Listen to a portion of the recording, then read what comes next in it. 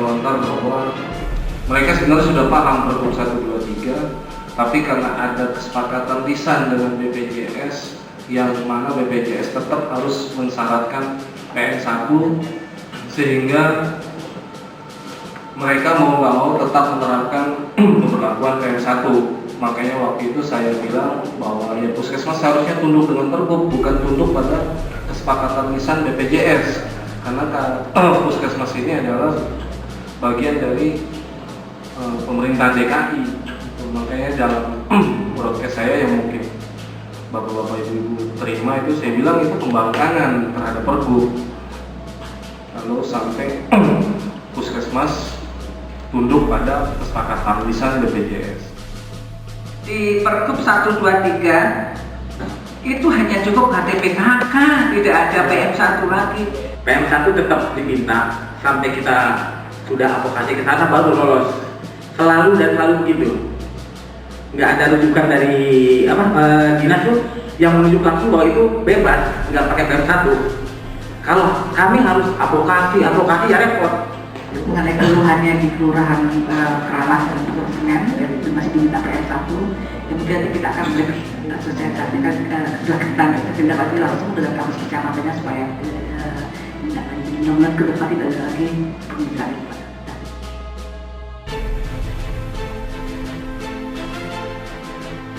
Sejak kami menemukan surat edaran BPJS yang tanpa sepengetahuan regulator, itu sekarang itu BPJS itu selalu membuat kesepakatan by phone, baik puskesmas maupun RSUD. Informasi lisan itu tidak ada dasar hukumnya. Jadi pada Bapak Ibu yang dari relawan, kalau ada yang seperti itu langsung disampaikan saja kepada saya.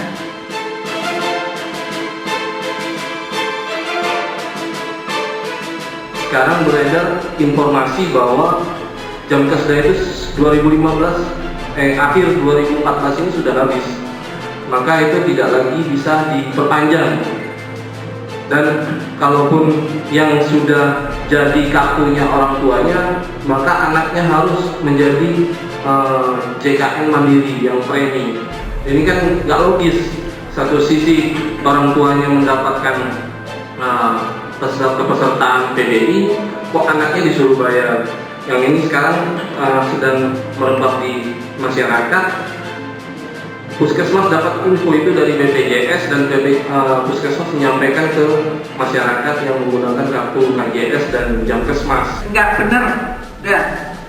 Kemarin saya juga ada lagi SMS, katanya bukan akhir November 2014 selesai. Enggak.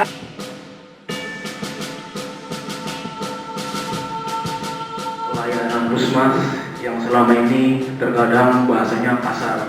Pada saat orang tersebut dalam keadaan kesusahan, tapi mereka bukannya ngasih solusi, tapi yang ada adalah intimidasi. Puskesmasnya seperti Ya, contoh adalah Puskesmas Kelurahan Rawabadak Utara. Di situ ada yang namanya Dr. Dahlia, Kepala Puskesmas Rawabadak Utara. Sebetulnya kami sudah berusaha mengadakan pelatihan service excellence dan CTP training. Nah, karena memang masih belum kena juga, nanti mungkin akan kami evaluasi mudah-mudahan ke depan khusus Jakarta Utara.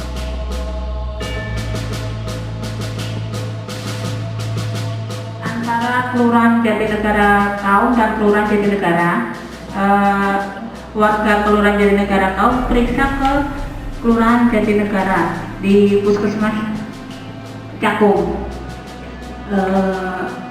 karena dari dulu dia berdekatan dengan Puskesmas Cakung, maka dia berobat ke Puskesmas Cakung, tapi dia harus bayar ke puskesmas, karena menurut aturan per wilayah, kalau mau bayar harus periksa ke puskesmas Kecamatan Pulau Gadung yang di Kayu Putih, padahal warga ini harus naik 2 kali gitu. Apakah benar Bu prosedurnya memang begitu? Rayonisasi sampai dengan saat ini belum kita berlakukan. Disampaikan oleh Pak Agung dan sudah kami tindak lanjuti beberapa bulan yang lalu.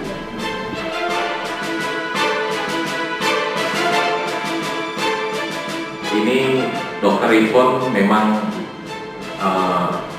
sangat kasar dalam melayani masyarakat. Contoh satu kasus saja saya sebutkan, kemarin ada pasien ya, ada pasien itu demam sudah 6 bulan kurang lebih ya, karena almarhum suaminya itu ada riwayat SIDA. Kebetulan dia sudah demam, batuknya juga luar biasa, berobat ke puskesmas. Nah setelah berobat ke puskesmas ya, ini minta dirujuk ke RSUD karena sesuai dengan tahapan prosedural BPJS kan harus seperti itu. Tapi nyatanya juga pasien ini malah dimarah-marahi dan tidak dikasih rujukan. Apapun nanti sebagai masukan kita, karena memang terus terang Kecamatan Cengkareng, notabene Kelurahan Kapuk adalah jumlah penduduknya terbanyak di Jakarta Barat. Jadi menjadi perhatian kita. Jadi pasiennya paling banyak, jumlah penduduknya paling banyak. Nanti makasih masukannya Pak Anto dan kita tindak lanjuti.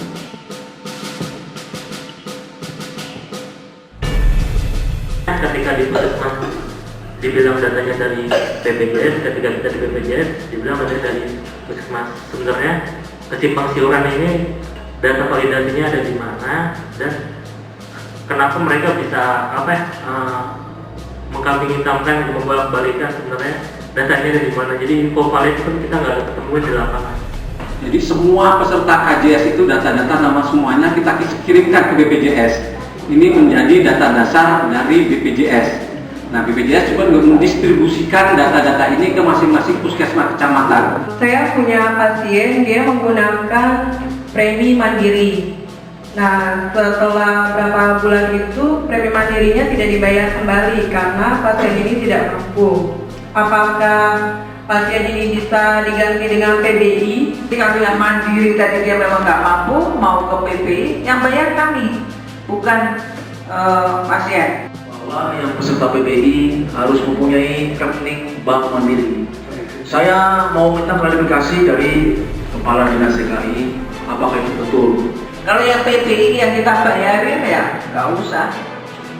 Yang membayarkan Pemprov kok. Cuma mungkin yang perlu ditegaskan ini di teman-teman puskesmas tidak melayani lagi kesepakatan baik pun lisan segala macam dengan BPJS.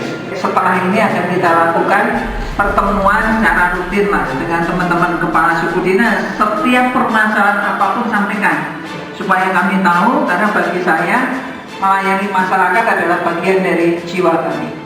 Itu yang dapat kami sampaikan. Terima kasih. Assalamualaikum warahmatullahi wabarakatuh.